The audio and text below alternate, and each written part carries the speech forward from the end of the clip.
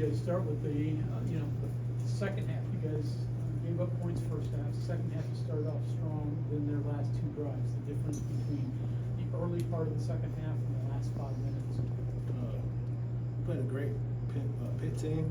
They just got things rolling as they should. That's what happens when you play great opponents. You might be able to stop them, but they will get the ball rolling. But we got to come back and execute next week. What worked well for you rushing the passer today? A particular move, combinations? Yeah, from watching film all week, I kind of had a lead to where I know I could beat him with speed and not too much power because I seen him get beat a lot with speed watching film.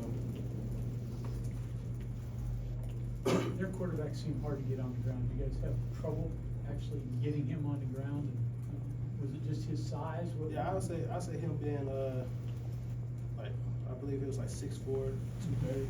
And that's a pretty big quarterback. So I'd say it was kind of hard getting down. Were you expecting him to scramble as much and run around as much? He doesn't have the rep. No, we really wasn't expecting him to.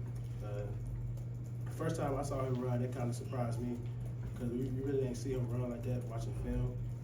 And What was the game plan for Reed? Keep him contained.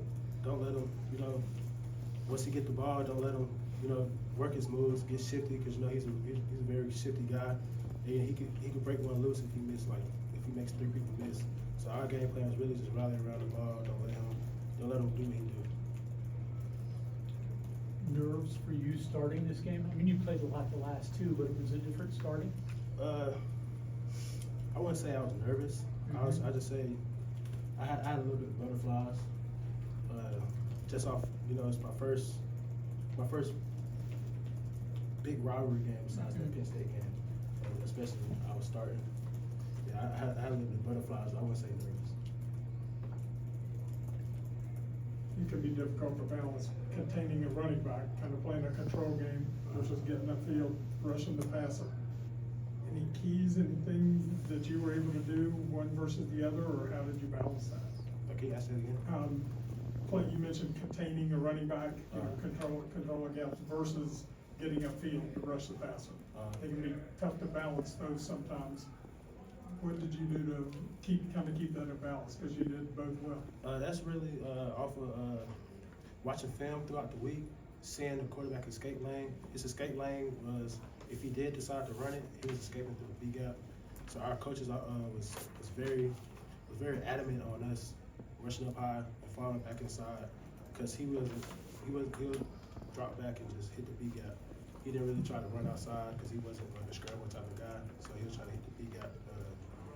The fastest way is a straight line. Your emotions in the locker room right now? Obviously, I'm sure it's disappointing. Can you explain what it feels like?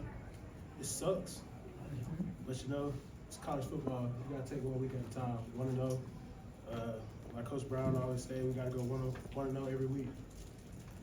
We gotta get ready for this tough Kansas team that we got next week. TJ, is it any different playing defense those last 2 drives when they have a little bit of momentum, they're desperate, they gotta hurry, and it just feels like it's not like the first quarter? We practice that kind of stuff all the time. Like I was telling guys in the huddle, we do this every week. It's nothing new. But like I said at the beginning, we just got to execute better across the whole line, across the whole defensive line, linebackers, and cornerbacks. We all got to execute better. Okay, thank you very much, TJ. Thank you.